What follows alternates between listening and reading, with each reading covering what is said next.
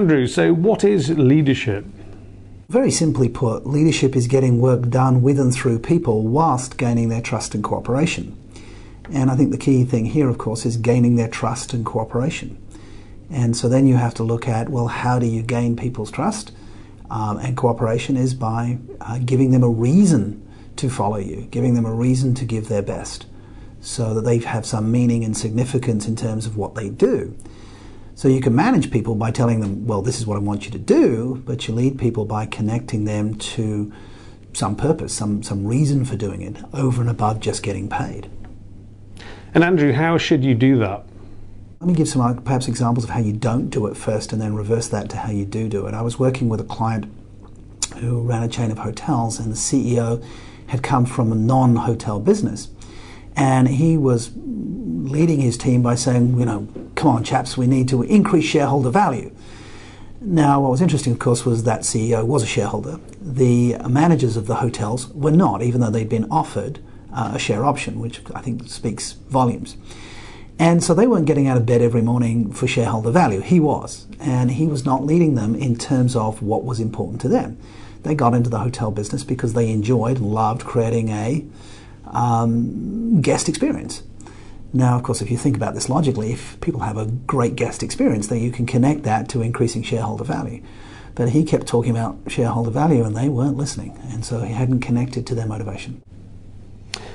Andrew, when I think about leadership, I mostly think about the CEO. What significance does leadership have to everybody else in the organisation?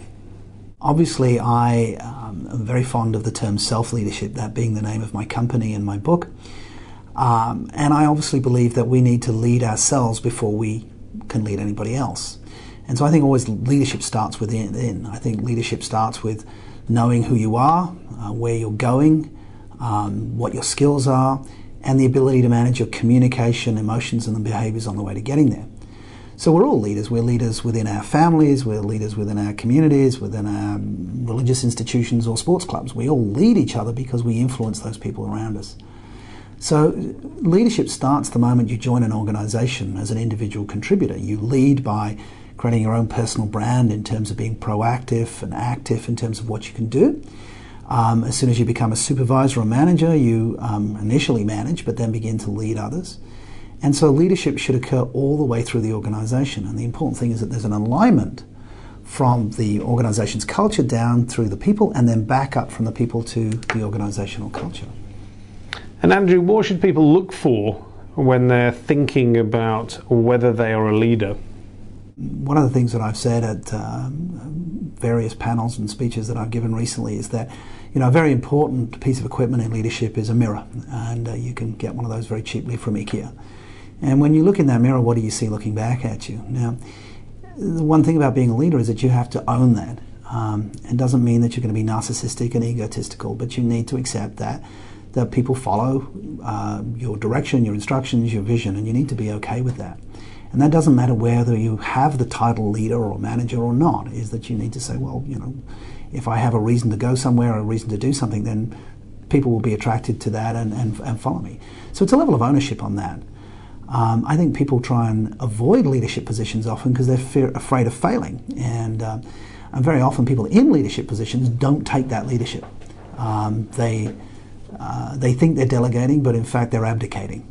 And so I think owning leadership, which comes with a responsibility. If you have a vision, you want to take people somewhere, you have a responsibility to make sure that they are empowered to do so.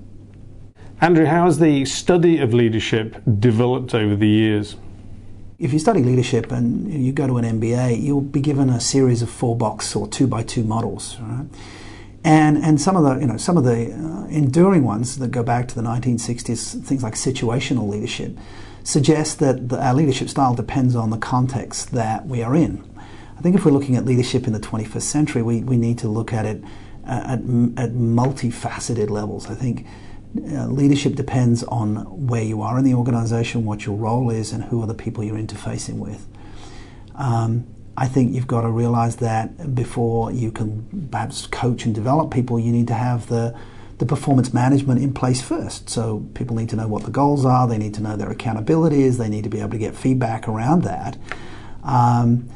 And then as you move in a position of leading teams, you need to decide, well, is it, it's my way or the highway, or are you comfortable with receiving feedback from others? Now, 21st century leadership is really not so much democratic, but much more inclusive. It's recognizing that nobody has a monopoly on a good idea, and that the good leader can receive feedback. They can have vision and direction, but they're not going to know it all, and that they're open to receive feedback from others, and that they're open to say, well, thanks, it's a great idea, and let's action that. That was better than my idea. And that takes a lot of ego strength to be able to do that. The my way or the highway guy is usually the insecure one.